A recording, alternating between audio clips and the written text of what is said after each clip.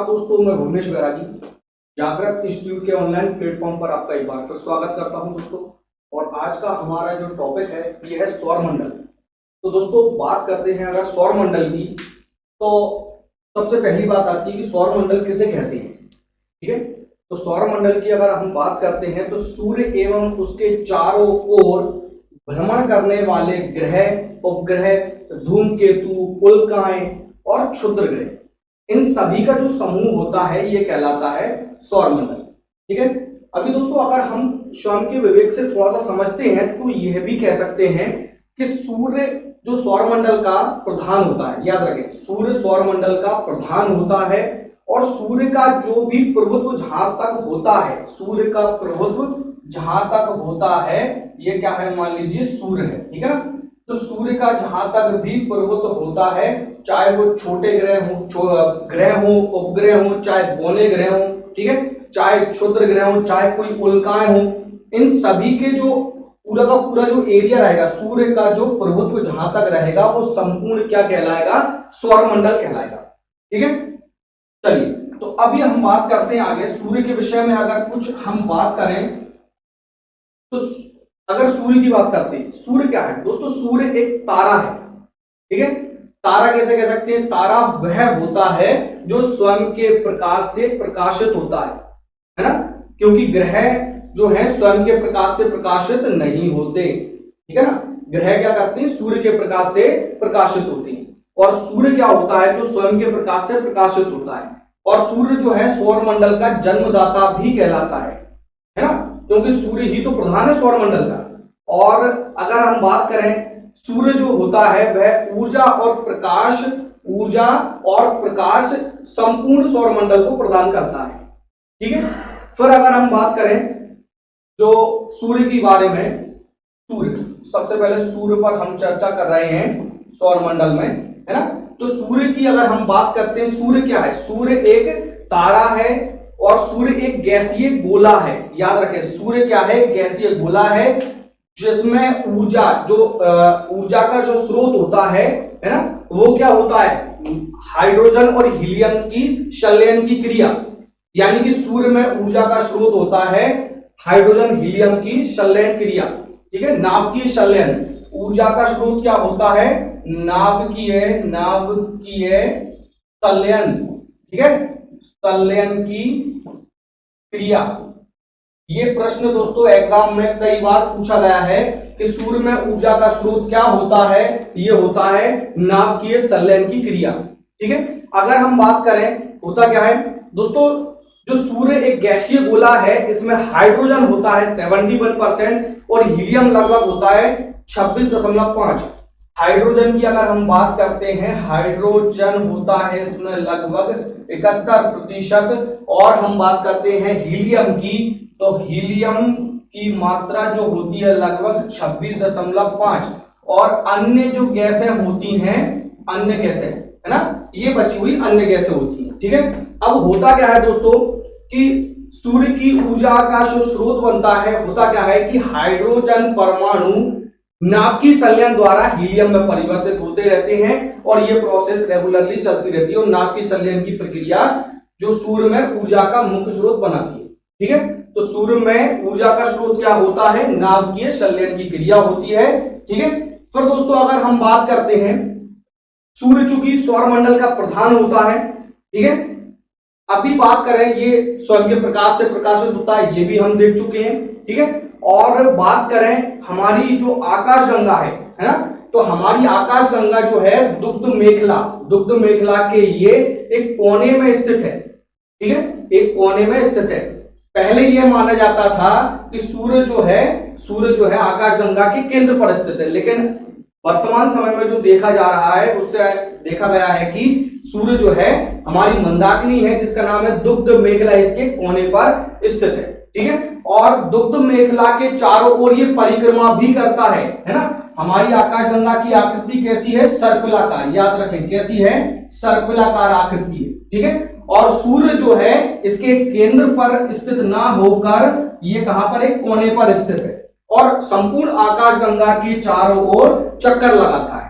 ठीक है, अभी एक बात आती है, जो सूर्य है आकाशगंगा के चारों ओर चक्कर लगा रहा है, स्पीड याद रखें दोस्तों 250 किलोमीटर प्रति सेकंड की स्पीड से ये हमारी जो आकाशगंगा उसकी परिक्रमा करता है। ठीक है, 250 किलोमीटर प्रति सेकंड की गति से यह आकाशगंगा के चारों ओर परिक्रमा करता है। ठीक है, इसका परिक्रमण काल यानी कि एक चक्कर लगाने में सूर्य को लगभग 25 करोड़ वर्ष का समय लगता है, याद रखें, है ना। सूर्य जब आकाशगंगा का एक चक्कर लगा लेता है वो समय कितना होता है, 25 करोड़ वर्ष का समय होता है, जिसे एक ब्रह्मांड वर्ष कहते हैं। याद रखें, ब्रह्मांड वर्ष किसे कहते हैं, जब सूर्य आकाशगंगा का एक चक्कर एक परिक्रमा कर लेता है, इस समय का मापन क्या है, 25 करोड़ वर्ष, और इसे कहा जाता है ब्रह्मांड वर्ष। ठीक है दोस्तों, सूर्य जो है अपने अक्ष पर भी चक्कर लगाता है ना। सूर्य अपने अक्ष पर जो है पूर्व से पश्चिम की ओर घूमता है, पूर्व से पश्चिम की ओर घूमता है, जिसे कहते हैं दक्षिणावर्त चक्रण। ठीक है, दक्षिणावर्त घूमता है सूर्य, याद रखें, ये पेपर में कई बार पूछा गया है। सूर्य अपने अक्ष पर किस ओर घूमता है, तो ये घूमता है पूर्व से पश्चिम की ओर, जो कहलाता है दक्षिणावर्त यानी क्लॉकवाइज घूमता है। ठीक है, अभी बात आती है कि पृथ्वी दोस्तों याद रखना पश्चिम से पूर्व की ओर घूमती है, वामावर्त चक्रण करती है, जिसके कारण क्या होता है, हमारी पृथ्वी पर जो सूर्य उदय होता है, वैसे तो सूर्य ना डूबता है ना उदय होता है, लेकिन है ना, सूर्य जो उदय हम कहते हैं ये पूरब दिशा से होता है। उसका कारण क्या होता है, क्योंकि सूर्य जो है पूर्व से पश्चिम की ओर चक्रण करता है और पृथ्वी का चक्रण क्या है, पश्चिम से पूर्व की ओर होता है। ठीक है, फिर दोस्तों आगे अगर हम बात करते हैं तो हमने चक्रण की भी बात की। अभी बात आती है सूर्य का केंद्रीय भाग। सूर्य का जो केंद्रीय भाग होता है, सूर्य का जो केंद्रीय भाग होता है, ये कहलाता है क्रोड़। याद रखें, सूर्य का केंद्रीय भाग कहलाता है क्रोड़। ये भी एग्जाम में कई बार आ चुका है, सूर्य का केंद्रीय भाग कहलाता है क्रोड़। ठीक है, और सूर्य के केंद्रीय भाग का टेम्परेचर लगभग माना गया है 1.5 इंटू 10 की पावर 7 डिग्री सेल्सियस। याद रखें, सूर्य की जो केंद्रीय भाग का तापमान होता है 1.5 इंटू 10 की पावर 7 डिग्री सेल्सियस होता है, और सूर्य की जो बाहरी सतह का तापमान होता है ये लगभग होता है 6000 डिग्री सेल्सियस, 6000 डिग्री सेल्सियस। ठीक है, और ये अनुमानित है, याद रखें, ये एक अनुमानित टेम्परेचर मापा गया है। फिर दोस्तों अगर हम बात करते हैं सूर्य ग्रहण के समय, जब सूर्य ग्रहण होता है तो अभी बात आती है सूर्य ग्रहण होता क्या है। सबसे पहले तो ये देखना जरूरी होता है ना, सूर्य ग्रहण होता क्या दोस्तों, जब सूर्य और पृथ्वी के बीच में चंद्रमा आ जाए। सूर्य और पृथ्वी के बीच में क्या आ जाता है, चंद्रमा। मान लीजिए यहां पर हम कह रहे हैं पृथ्वी, ठीक है, और यहां कहीं आ जाता है चंद्रमा, और ये हम कह देते हैं यहां पर सूर्य। ठीक है, जब सूर्य और पृथ्वी के बीच में ये चंद्रमा आ जाता है तो यहां पर पृथ्वी पर क्या होता है, सूर्य की जो प्रकाश है वो पूर्ण रूप से नहीं आ पाता है। कभी जो सूर्य ग्रहण होता है आंशिक होता है, कभी सूर्य ग्रहण पूर्ण रूप से होता है। अमावस्या के दिन जो सूर्य ग्रहण होता है ये पूर्ण सूर्य ग्रहण, या फिर हम कह सकते हैं अमावस्या के दिन ही होता है। ठीक है, अभी जब पूर्ण सूर्य ग्रहण की घटना होती है तो पूर्ण सूर्य ग्रहण के दिन जो सूर्य ग्रहण होता है, ठीक है ना, तो इससे क्या होता है दोस्तों, हम थोड़ा सा देख लेते हैं। पूर्ण सूर्य ग्रहण जब होगा तो हमें सूर्य की जो दिखाई तो देगा नहीं, क्योंकि पूर्ण सूर्य ग्रहण है ना, तो हमें सूर्य क्या है, दिखाई तो देगा नहीं, लेकिन क्या होता है, इसके चारों ओर से एक प्रकाश की वलय जरूर आपको दिखाई देगी। ठीक है, जब आप सूर्य ग्रहण देखे होंगे तो सूर्य पूरा का पूरा सूर्य दिखाई नहीं देता है, ये हमें यहाँ पर अंधेरा दिखाई देगा। ठीक है, लेकिन इसके चारों ओर क्या होगा, प्रकाश की एक रिंग दिखाई देगी, क्योंकि प्रकाश तो निकलेगा ना बाहर, क्योंकि चंद्रमा ने क्या किया, पृथ्वी के और सूर्य के बीच में आ गई है। ठीक है, चंद्रमा आ जाता है, जिसके कारण क्या है, सूर्य का जो पूरा भाग है यह दिखाई नहीं दे पा रहा है बस, लेकिन जो प्रकाश है वह जरूर हमें बाहर दिखाई देगा। इस प्रकाश को, इस सूर्य के ऊपर से दिखने वाले भाग को ही सूर्य किरीट या कोरोना कहते हैं। याद रखें, सूर्य किरीट या कोरोना कहा जाता है। ये कोरोना वायरस वो नहीं है, वायरस नहीं है, याद रखें ना। कोरोना क्या होता है, कोरोना दरअसल होता है मुकुट। याद रखें कोरोना क्या होता है, एक मुकुट की आकृति होती है। तो यहां पर भी क्या होता है, एक मुकुट की आकृति बन जाती है सूर्य के चारों ओर, जिसके लिए क्या शब्द यूज किया है, कोरोना, सूर्य किरीट या कोरोना। और इसी को कहते हैं दोस्तों डायमंड रिंग। याद रखें डायमंड रिंग या हीरक वलय, डायमंड रिंग या हीरक वलय।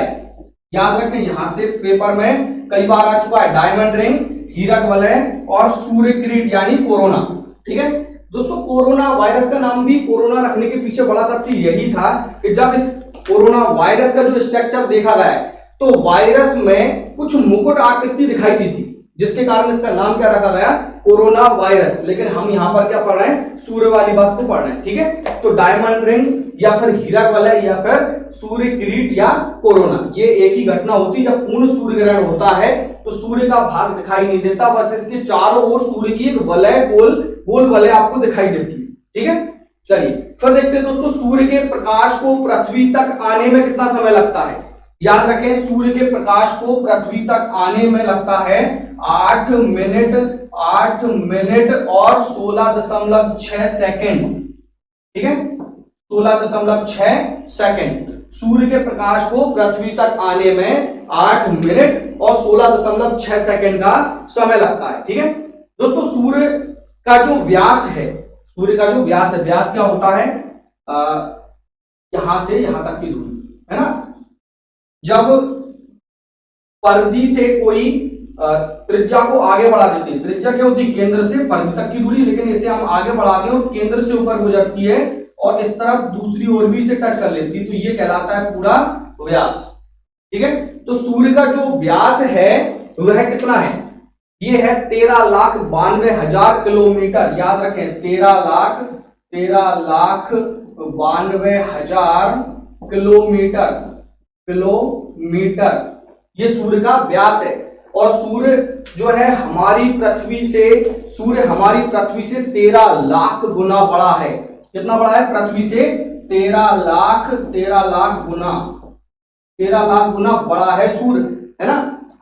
अभी एक बात और आती है कि सूर्य का प्रकाश जो हमारी पृथ्वी पर आता है, ठीक है, तो सूर्य का कितने प्रतिशत प्रकाश हमारी पृथ्वी तक आ पाता है। याद रखें सूर्य के प्रकाश का केवल 2 अरब भाग पृथ्वी तक आता है, यानी कि सूर्य के संपूर्ण प्रकाश को अगर हम कुछ भागों में डिवाइड कर दें तो 2 अरब का जो भाग रहेगा, है ना, सोचिए कितना छोटा है भाग, देख रहे हैं तो 2 अरब का भाग, लेकिन पृथ्वी को, संपूर्ण पृथ्वी को प्रकाशित करने में ये 2 अरब का भाग कितना महत्वपूर्ण होता है ना। ये प्रकाश हमें कितना ज्यादा दिखाई देता है, तो सोचिए इतना प्रकाश भी कितना सा है, 2 अरब का भाग, संपूर्ण प्रकाश कितना होगा, ठीक है ना। तो सूर्य का प्रकाश जो पृथ्वी तक आता है कितना भाग आता है, ये 2 अरब का भाग आता है। ठीक है, अभी दोस्तों बात आती है, हमने सूर्य ग्रहण की बात भी की, ठीक है, और सूर्य से जुड़े हुए कई सारे महत्वपूर्ण तथ्य भी देखे। अब देखते हैं थोड़ा सा सौर मंडल के विषय में। ठीक है, तो जब हम बात करें सौर मंडल की तो सूर्य सौर मंडल का एक प्रधान होता है, ठीक है, और सौर मंडल में क्या क्या होते हैं, सौर मंडल में ग्रह होते हैं। ग्रह कितने हैं, 8 ग्रह होते हैं। ठीक है, उपग्रह है, ठीक है, ग्रहों के जो साथ में संपर्क में रहते हैं उपग्रह, ग्रहों के होते हैं उपग्रह। फिर धूमकेतु, उल्काएं, क्षुद्र ग्रह, ये संपूर्ण क्या कहलाते हैं, सभी के सभी एक जो सूर्य के चारों ओर रहते हैं, ये पूरा सूर्य का जहां तक प्रबुद्ध होता है ये कहलाता है सौर मंडल। ठीक है, तो अगर हम कुछ ग्रहों की बात करते हैं तो ग्रहों में अगर हम सबसे पहले देखें, सबसे पहले माने जाते हैं परंपरागत ग्रह। याद रखें परंपरागत ग्रह, ठीक है, ये ग्रह क्या होते हैं दोस्तों, परंपरागत ग्रह, यानी कि जो शुरू से लेकर अभी तक हम जिन्हें देखते चले आ रहे हैं, ये होते हैं बुध, शुक्र, पृथ्वी, मंगल, बुध, शुक्र, पृथ्वी, मंगल, ठीक है, बृहस्पति, शनि, अरुण और वरुण। ठीक है, कौन कौन से होते हैं, बुध, शुक्र, पृथ्वी, मंगल, बृहस्पति, शनि, अरुण और वरुण। ठीक है, ये कहलाते हैं कौन से ग्रह, परंपरागत ग्रह।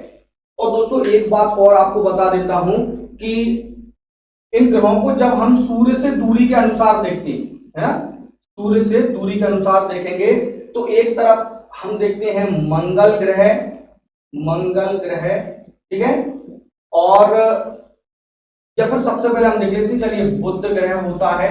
सूर्य के जो सबसे पास का ग्रह कौन सा है? बुध ग्रह होता है। या फिर हम कह देते हैं सूर्य से दूरी के हिसाब से सबसे पहले आ जाता है बुध, फिर आ जाएगा शुक्र, ठीक है, फिर हो जाएगा शुक्र, फिर हो जाता है शुक्र के बाद में पृथ्वी, फिर होता है मंगल, पृथ्वी, ठीक है, फिर होता है मंगल, ठीक, फिर होता है बृहस्पति, ठीक है, फिर होता है शनि, ठीक है। शनि में कितनी रिंग है? तो याद रखें 7 रिंगें होती हैं, 7 बले हैं शनि में, ठीक है। शनि के बाद अरुण और वरुण, ठीक है। ये सूर्य से दूरी के हिसाब से हमने कुछ ग्रह देखे हुए, 8 ग्रह हैं। सूर्य से सबसे पास में कौन सा ग्रह होता है? बुध ग्रह होता है, फिर शुक्र, फिर पृथ्वी, फिर होता है मंगल, फिर होता है बृहस्पति, शनि, अरुण, वरुण, ठीक है। अभी अगर हम बात करें मंगल और बृहस्पति के बीच में, मंगल ग्रह और बृहस्पति ग्रह के बीच में कुछ क्षुद्र ग्रह रहते हैं, याद रखें क्या होते हैं? क्षुद्र ग्रह, ठीक है। किस किस ग्रह के बीच में होते हैं? ये होते हैं मंगल और बृहस्पति के बीच में कुछ क्षुद्र ग्रह की पट्टी होती है जो बुध तक का एक राउंड करती है, कवर करती है, इस टाइप से ना गोल घेरा बना लेती है। इसे कहते हैं क्षुद्र ग्रह पट्टिका, याद रखें, क्षुद्र ग्रह पट्टिका, ठीक, क्षुद्र ग्रह पट्टिका कहलाती है। और इस कारण जो क्षुद्र ग्रह पट्टिका होती है, जो बुध से लेकर मंगल ग्रह को एक कवर कर देती है, इसे कहते हैं, इन ग्रहों को ही कहते हैं पार्थिव ग्रह। याद रखें ये क्या कहलाते हैं? पार्थिव ग्रह। कौन कौन से? बुध, शुक्र, पृथ्वी और मंगल, ये चारों ग्रह कहलाते हैं कौन से ग्रह? पार्थिव ग्रह, ठीक है। अभी पार्थिव ग्रह का अर्थ क्या होता है? चूंकि ये ग्रह जो हैं चारों के चारों, बुध, शुक्र, पृथ्वी और मंगल, ये पृथ्वी के समान दिखाई देती है, दिखाई देने में पृथ्वी के समान है, इसलिए इन्हें नाम दिया गया है पार्थिव ग्रह, ठीक है। और बचे जो ग्रह होते हैं बृहस्पति, शनि, अरुण और वरुण, इन्हें कहा जाता है वहाग्रह, वहाग्रह, ठीक है, वहाग्रह या बृहस्पतीय ग्रह, ठीक है, वहाग्रह या बृहस्पतीय ग्रह कहा जाता है, ठीक है।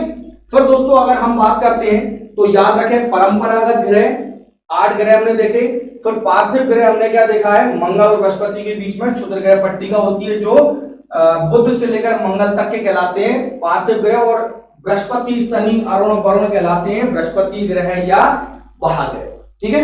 इसके बाद अगर हम बात करते हैं वौने ग्रह क्या होते हैं, देखते हैं वौने ग्रह, ठीक है।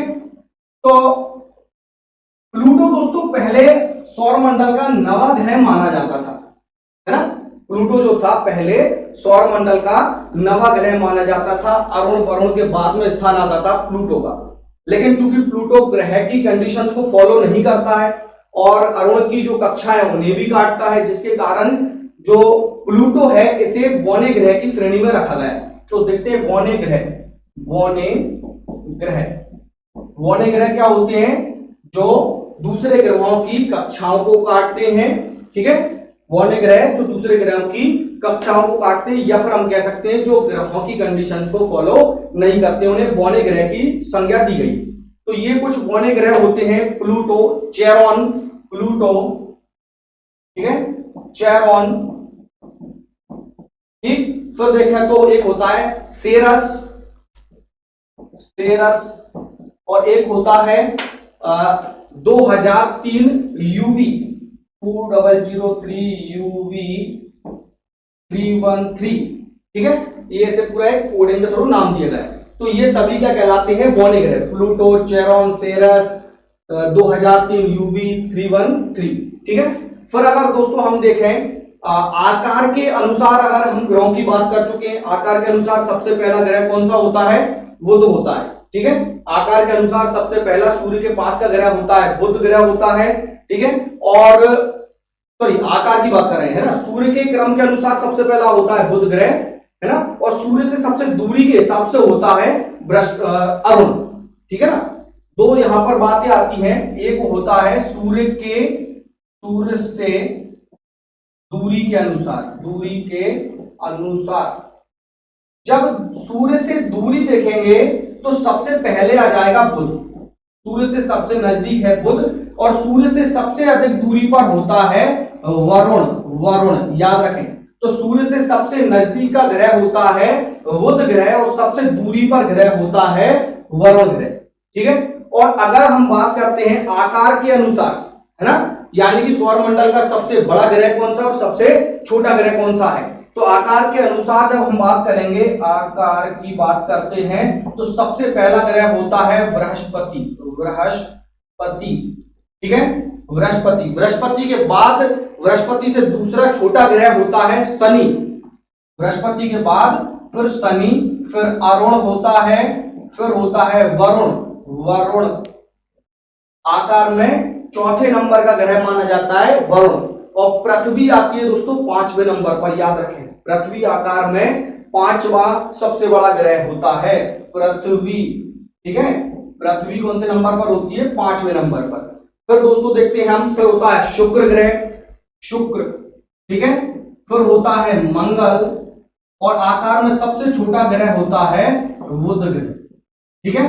आकार में सबसे छोटा ग्रह होता है बुध ग्रह, और बुध जो सूर्य के सबसे नजदीक जरूर है, याद रखें, क्योंकि यहां पर हमने देखा है सूर्य से दूरी के अनुसार बुध पास में है और वरुण सबसे बाद में है, ठीक है। और यहां पर जब हम बात करते हैं आकार की, यानी सबसे बड़ा ग्रह, आकार में सबसे बड़ा ग्रह हो जाता है बृहस्पति, और सबसे छोटा ग्रह हो जाता है बुध, ठीक है। तो दोस्तों आज हमने कई सारी चीजें देखी हैं ग्रहों से संबंधित, और अगली जो वीडियो रहेगी उसमें मैं आपको संपूर्ण ग्रहों के बारे में, उनकी विशेषताओं पर हम चर्चा करेंगे, ठीक है। तो आशा करता हूं आज आपको ये क्लास पसंद आई होगी दोस्तों, और इसी तरह दोस्तों आपको लगातार हमसे जुड़े रहें, ठीक है। और बहुत जल्द हम आपके लिए कुछ कोर्सेज लेकर आने वाले हैं, जितने भी महत्वपूर्ण जो एग्जाम्स होते हैं उन सभी के लिए हम एक बहुत जल्द कोर्स लेकर आने वाले हैं, तो उस कोर्स का भी आप लाभ उठाएं, और इसी तरह हमसे जुड़े रहें। ज्यादा से ज्यादा दोस्तों वीडियोस को अपने दोस्तों तक पहुंचाएं, लाइक करें, सब्सक्राइब करें। Okay, thank you very much.